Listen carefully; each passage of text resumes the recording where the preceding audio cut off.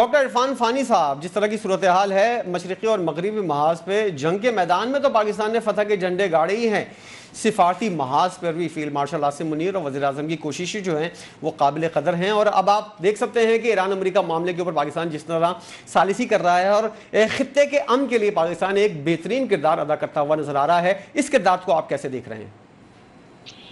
देखिए, ये एक सफर है, 1 साल का सफर जो कि डेटरेंस से शुरू हुआ था और ग्लोबल मेडिएशन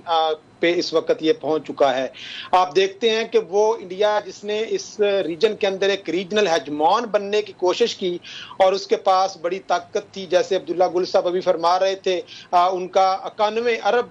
जो US डॉलर है वो डिफेंस बजट है। 5वें नंबर पे दुनिया से वो बड़ी ताकत है जो डिफेंस पे इतना बजट लगा रही है। टेरिटरी वाइज देख लें, आबादी के हिसाब से देख लें, मुआशी एतबार से देख लें, मैन पावर के हिसाब से देख लें, हर हिसाब से जब इतने बड़े दुश्मन को आप इस तरीके से मैदान जंग के अंदर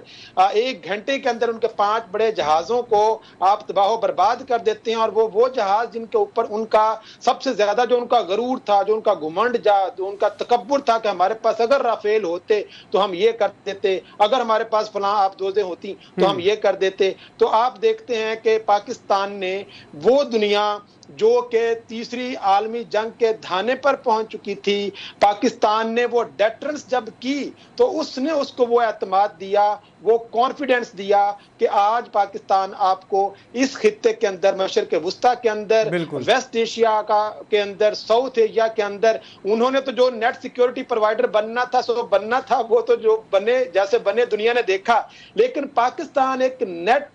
जो स्टेबिलिटी प्रोवाइडर के तौर पर दुनिया में इंट्रोड्यूस हुआ। मतलब पूरी दुनिया जब यूनाइटेड नेशंस भी देख रही थी कि अब अमन कैसे कायम हो, रूस, चाइना, यूके, फ्रांस भी देख रहा था कि अब कौन आके इन मुतहारब ग्रुपों को, ममालिक को बिठाने की सलाहियत रखता है। तो आप देखते हैं कि हम उस जंग के अंदर जब हमने अपने से इतने बड़े दुश्मन को नाकों चने चबवाए और दिनदान शिकन उनको जवाब दिया, तो उसने वो एतमाद और कॉन्फिडेंस और वो अज़म और इस्तक़लाल और जुर्रत और हौसला दिया हमारी अफवाज को, हमारी पॉलिटिकल क़यादत को और कौमी सतह पर, कि आज पाकिस्तान जो है इस दुनिया में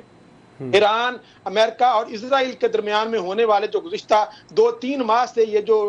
मामला जंग की तरफ गए, तो पाकिस्तान उसमें आपको सफारतकारी का रोल प्ले करता हुआ नजर आ रहा है और इस दुनिया के अंदर एक अमन का पैगाम्बर बन के इंट्रोड्यूस हुआ है। ये वो दुनिया है जिसमें आप देखते हैं 71 के बाद जब सकूत ढाका हुआ था ना, तो इंडिया की फॉरेन पॉलिसी का मरकजी नुक्ता ये था कि मैंने जो साउथ एशियन रीजन का स्ट्रेटेजिक डिस्कोर्स है, उसकी जो स्ट्रेटेजिक इक्वेशन के अंदर मैंने पाकिस्तान को और इंडिया को अलहदा करना है, क्योंकि दुनिया हमेशा इंडिया को पाकिस्तान के राइवल फोर्स के तौर पर देखती थी और इंडिया ने यह कोशिश की कि हमने अपनी आइडेंटिटी को तब्दील करना है और इस जो स्ट्रेटेजिक इक्वेशन है इससे बाहर निकलना है। लिहाजा उसने पावर थी और पावर को उसने कहा मैंने प्रोजेक्ट भी करना है, तो उसने फॉल्स फ्लैग ऑपरेशन किया इस वजह से ताकि वो अपनी पावर को प्रोजेक्ट करके, जैसे साउथ एशिया के अंदर दीगर ममालिक उसके सामने सर निगू हैं, बांग्लादेश, नेपाल, मालदीव, श्रीलंका के डोमेस्टिक पॉलिटिक्स के अंदर भी वो इंटरफेयर करता रहा। और पाकिस्तान को उसने कहा बिल्कुल इसी तरह से जैसे ईरान अपनी कमजोर तरीन पोजीशन पे था, एक्सिस ऑफ रेजिस्टेंस कोलैप्स कर चुका, तो इजराइल को लगा कि अब हम इसको हिट करेंगे ना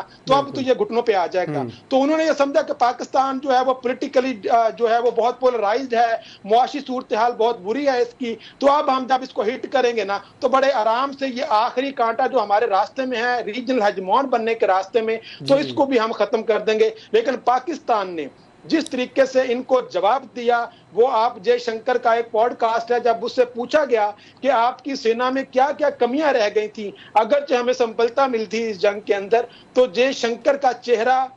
उसकी आंखें और उनके अल्फाज ये बता रहे थे कि अभी तक वो उस नफ्सियाती दबाव और प्रेशर से बाहर नहीं निकल सका जो पाकिस्तान ने उनको जवाब दिया था। ना उनकी सेना निकल सकी, ना उनकी आर्मी निकल सकी, ना उनकी पॉलिटिकल क़यादत निकल सकी। और उसके बाद आपने देखा कि मोदी पूरी दुनिया में डिप्लोमेटिक घूंघट निकाल के फिरता हुआ आपको नजर आया। आसियान में बुलाया गया, वो नहीं गया। वो 80वीं सालगिरह थी यूनाइटेड नेशंस की 80th, उसमें वो नहीं गया। शर्म शेख के अंदर इतना बड़ा वो मिस्र के अंदर वो वाकया हो रहा था, बोर्ड ऑफ पीस का बुलाया गया, वो नहीं गया। और फेब 2025 के अंदर